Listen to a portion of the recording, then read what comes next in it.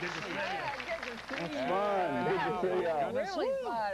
You listen to the story in that song, and you can't help but ask, all right, man, did you do that at one time? Well, come on now, be honest. Fess up. I think you did. It's an old college memory that I think I did forget, like right after it happened. So it's probably a good thing. That's why I had to call around all those buddies and see what was going on. So what's funny is I think it happened with my current wife. So I'm glad we went full circle and had a bad little moment in college, but everything's okay. We moved past it. So I was going to say you moved past it in a very big way because the baby is due any day. Is that right? 6 days. In 6 days. How'd you concentrate over there?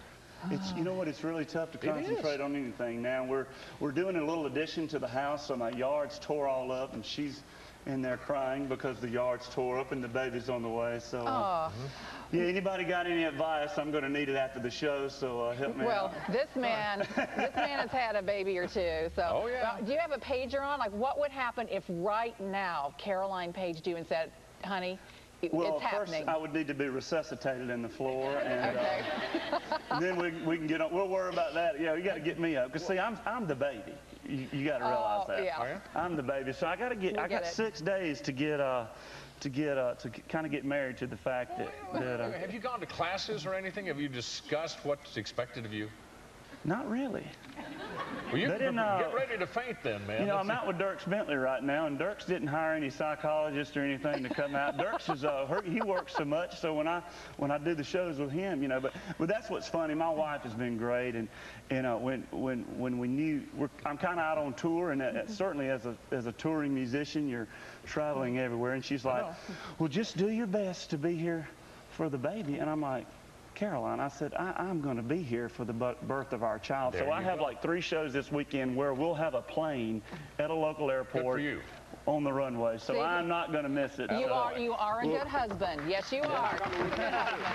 Yeah, do that. But, hey, and it's exciting. Well, talk about exciting. The first award nomination, Academy of Country Music, top new male vocalist. That has got to be just amazing.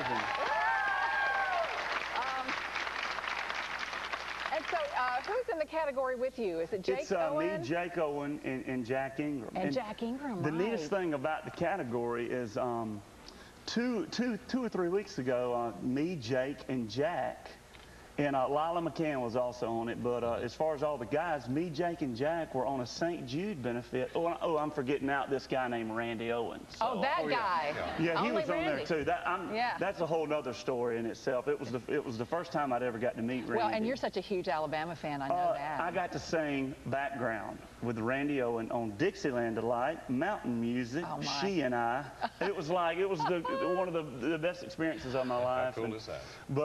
But it turns out that me, Jake, and Jack all got nominated, and we've talked to each other on the phone, and it's so exciting for us being young artists coming up, and to get something like that happening. It's so beneficial. You know, just the nomination is so beneficial for our careers. We're just so excited. Well, you know what I think, and I think perhaps a lot of people have told you this, but to me, one of the reasons why you are all of a sudden among the elite so early in your career is exactly what the title of your album says, I'll Stay Me.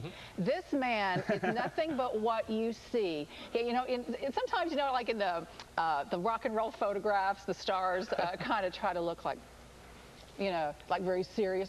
I mean, you smile, you're happy, and you just are who you are, and I think that is so infectious. People are loving it. Well, it's fun being a fan of the music you get to be an art.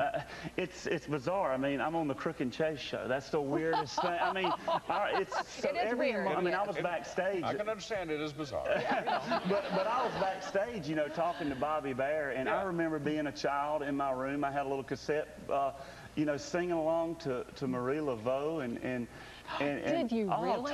Totally. And he had a song called Daddy, What If the Sun Stopped Shining? You remember that? Bobby Jr. Yeah, did and that I used to. I mean.